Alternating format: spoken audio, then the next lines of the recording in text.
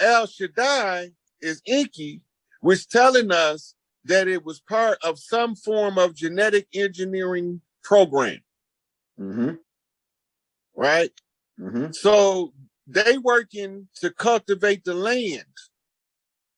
Ain't that what it say? And the husband cultivated the land, right? And tended to the cattle and to the flocks and to the herds. Ain't that what it say? Okay, now, what your body made out of? Water. The soil of the earth. Yeah, earth, water, all the minerals of the earth. Yep. And then they said they took man from the dust of the ground. That means he's earthborn. He's tied to the earth because he's made out of earth. Right? Then it say he divided them up into tribes, families, and clans. Those 3 different cultures. That's right. So it's 3, go ahead. It's 3 major cultures. Tribes, families, and clans. Right? Tribes are more political in function. Family is more personal in function. And clans is more nomadic in function. What they call Arabi. And who is the Arabi? The Arabs, right? And what's the difference in the Arabs and the Chaldeans? The difference between the Arabs and the Chaldeans, and like the Chaldeans from back during Abraham's time, or now? Like right now? Right now, what's the difference? Ain't no difference really. They like the same people really, because they like Hindus and Frugaloids, like pale Arabs, red Arabs. They really like the original Arabs, but they pale Arabs. Pay attention. Look at the land. We can obviously see they the same people. So it's something that's dividing and conquering them. What is it? Religion. Religion. Because Chaldeans are always Catholics. And Arabs are almost always Muslim. Right? Divide and conquer. So what Elijah Muhammad say YAAKUB grafted devil did? How do you recognize it? Go ahead. He said everywhere he go, he sowed dissension between the righteous. He turned one against the other and watch them fight. And when they depleted from the fight, he come in and break it up, and then he offer them a solution for a fee. It's a pale shit. Go ahead. Hegelian dialectic 101. Right? Okay, now, how did he say YAAKUB's people in the grafting process managed the process? By like how he created that lighter gene, you saying? Right, but he was enforcing this by something. He had a birth control. He had birth control laws. No. You're talking about what he did. I'm talking about how he secured it. With fear, I think with fear. But with fear, religion, or something. Remember, YAAKUB had how many scientists side with him? Oh, I can't remember that. 'Cause I know it was 66,000 that decided to go with Shabazz, but I can't remember how many it was with YAAKUB. Was it 600 or something? I can't remember. Go ahead. But anyway, they had instructions because they knew that he wouldn't live to see his. Oh yeah, you're right. Go ahead. They said he knew he wouldn't live to see his work completed, so he gave them instructions. Right, and he told them how to enforce the wedding or the union, the people, in order to get to the gene, the lighter gene. Go ahead. I can't remember exactly. Right? So this is when he explained to them the process of the grafting process. He say, marry the darkest ones to the lightest ones. And marry the medium ones to the medium ones. Until you get all the way down to blonde hair and blue eyes. Okay, now Pops told us about two different groups of Europeans. What we call Nordics comes from what you call Flugerons. And the Nordics became tall, warrior-like Europeans with the long aquiline features. And the Canaanite became the short, stubby, round-faced, curly-haired European that you see today. Right? So you got the white boy with the nappy hair like an afro. Right? Now they call the Irish the redhead stepchild of Europe because of their piebald suntan and their ginger-colored hair. And they don't like the Scots because they too close to the Irish in relation of clans. But they tell you that it's a war about Catholicism. Because the original Irish was Orisha. The word Irish is a derivative of Orisha. Okay, so now Baba wrote Who's Who on the Planet Earth. Yeah. Remember? Yeah. This is what we're going over right now. Who's Who on the Planet Earth. Now, the Greeks were the first Europeans that Inanna, Queen of Heaven and Earth, ordered to be cleaning up. Okay. Now, why did she order somebody to go up there and clean them up? What happened? Where is it recorded? Right. Well, she woke up one morning and she summoned the bookkeeper, Tahuti, and told him to dispatch the scientists to a place in Europe called the Caucasus. Right? And coming to find out, they was living with canines. A small band of throwaway genetic experiments that wasn't all the way perfected. Where we find this at? Remember when Pops was saying the birth defects? What kind of God create birth defects? Remember? This is what he's talking about because it's recorded in the tablets, in the Sumerian tablets. Right?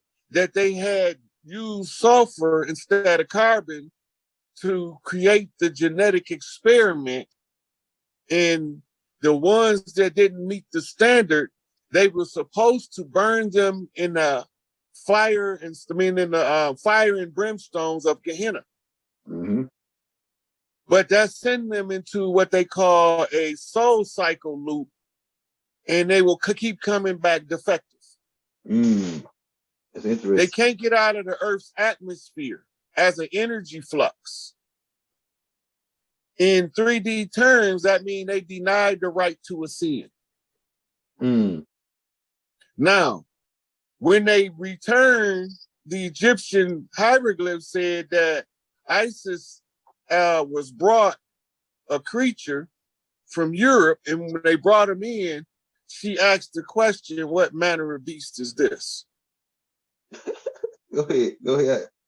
YAAKUB's drafted devil. Go ahead. YAAKUB's grafted devil.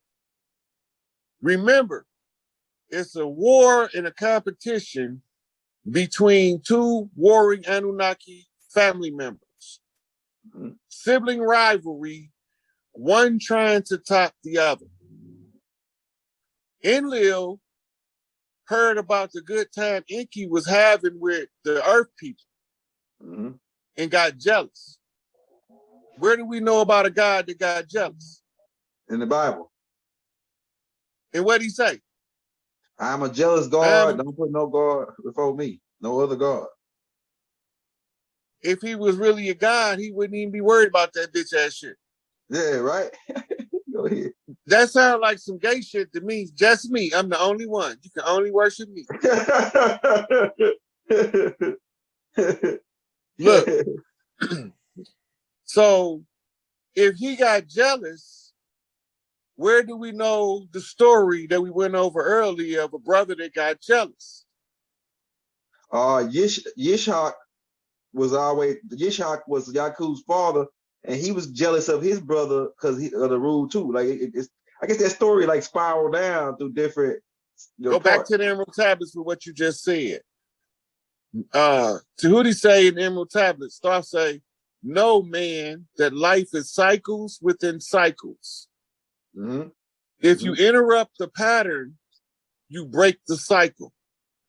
The trick is to learn the lesson to allow you to see when the cycle flips so you can jump out the infinity loop when it turns around so you're not caught on a hamster wheel." Right? So Pop said, remember, in the law of the gods, now he's talking the Galactic Federation law, right? That when you do something in the free will universe to oppress anybody or to deprive them of their right of free will, then you're going to be subject to the same punishment you inflicted on them. Now, we hear this as it goes around, it comes around, right? And you reap what you sow, right? And you get back what you put out. Do unto others as you would have others do unto you. And all of them the same. Different ways of saying it, right? That's right. Right. Because galactic law has us in this position because of a prior condition. So the Queen of Heaven and Earth want to clean this up. Whose job is it to clean that shit up? It's our job. The galactic law say that the custodians of the earth is responsible to restore the earth at the close of the age, no matter who did it. So if it's going to be our job to clean it up, how do you clean up the genetic defect of a human that was deliberately deformed by somebody trying to play God in the laboratory?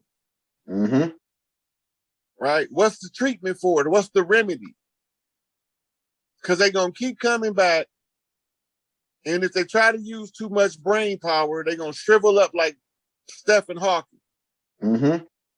Right? So what's the remedy?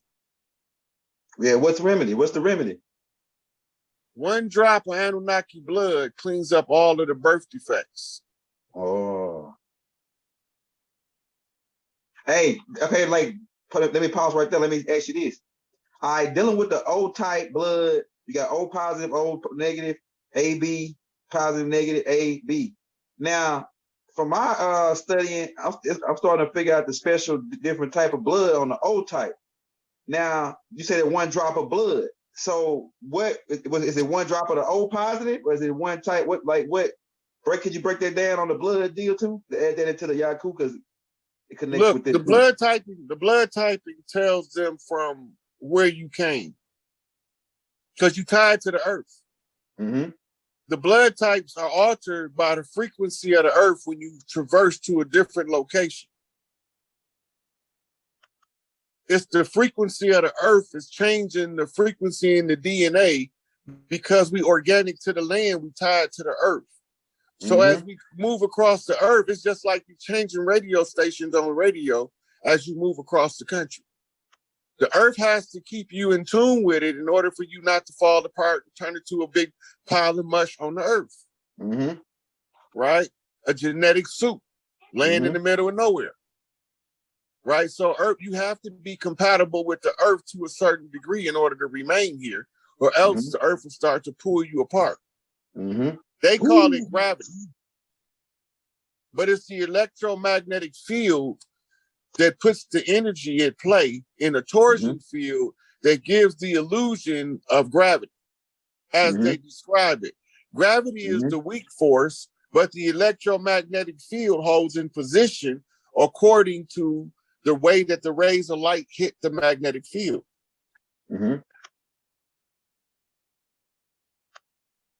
Hey, you cut out? All right. Oh shit. All right. So now the geneticist is working with somebody to enforce YAAKUB's rule. Now, we know YAAKUB is a black Jew, right? Because the Jews come from Jacob, right? So the Judeans, the black Judeans, are the children of Jacob. Jacob is YAAKUB, the supplanter, one who came to replace the original man. Because that's who you are burrowing under. So now, Elijah said that when they was enforcing his rule, they was using the police. Wasn't no police over here before they came with their servants that they brought from Mongolia, from Huns, and from what we call today Hindus. Right. These was nomadic tribes that they warred with as Rome proper. So when you look at the wars of Rome and the spoils of war was the women, the children, and the wealth of the land, and they conquered the land. So now we all the way over in the military lane now. So now we got to play warfare mentally to unravel who we fighting against that's keeping us in the condition. Right? So we search documents and we find stuff like the papal bloody decree that you showed. Remember we went over that? Yeah. Right. So they made the oath public and now somebody exposed it. Okay, now, and why did what do they call it if you got one drop of Negro blood in America? A nigga? You got what? A Negro. Negro. All right. How much Anunnaki blood do it take to clean up the genetic mutation? One drop. One drop. Is that a coincidence? No. I think it all lines up. Okay, now watch this. What do they call America? The Great Melding Pot, right? Yeah, that's right. Go ahead. What do you do in the melding pot? You mix things together. You mix ingredients together. Yeah. And the ingredients they mixing together is enforced through some people known as eugenicists. Remember the opposites attract I told you was gonna come back up? This where it come back up. Oh yeah, I think J.A. Rogers, go ahead. Sex, Race, right? They do scientific experiments on the uncanny attraction of black men to white women, right? Go ahead. And in their studies, they determined originally that the standard of beauty of the black woman was so great that they couldn't overcome that obstacle and compelled them to amalgamate with a white woman. And in contrary to that, back then, when they did the analysis, they couldn't figure out why the white woman didn't find the black man attractive. Oh, go ahead. Go ahead. How in the fuck is they gonna get one drop of? All right, now you see what they got. They got spears and shields and swords, and they on horseback. But if you look at the guy in the front, he got something else. What else he got? A bow. Right? Go to the next picture.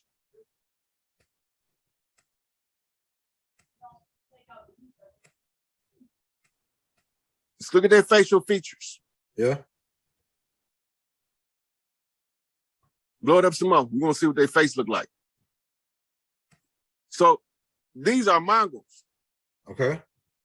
Right? These are the descendants of Genghis Khan, Kublai Khan. Now remember, Genghis Khan, Y chromosome is in over 60% of the world's population. Okay. Can trace back to Genghis Khan. That no matter where you at in the world. I make that shit make sense. Yeah, you're right. Unless he conquered a whole lot of shit. Go ahead. Right. So he had a whole bunch of kids. He had about like 5,000 children or something like that, they say. Damn.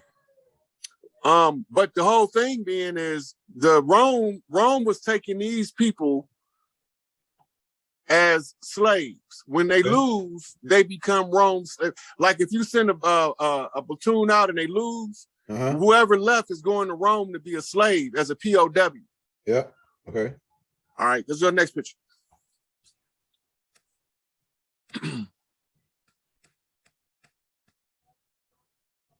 Okay, you see it say they got the Mongols on the left. You see he got his bow and arrow package on the back. He probably got his bow his bow hanging over his other shoulder. Yeah. And then he got a spear. So the knights of Romans, you see they got swords and shields. Right? So they got different battle array. Go to the next picture.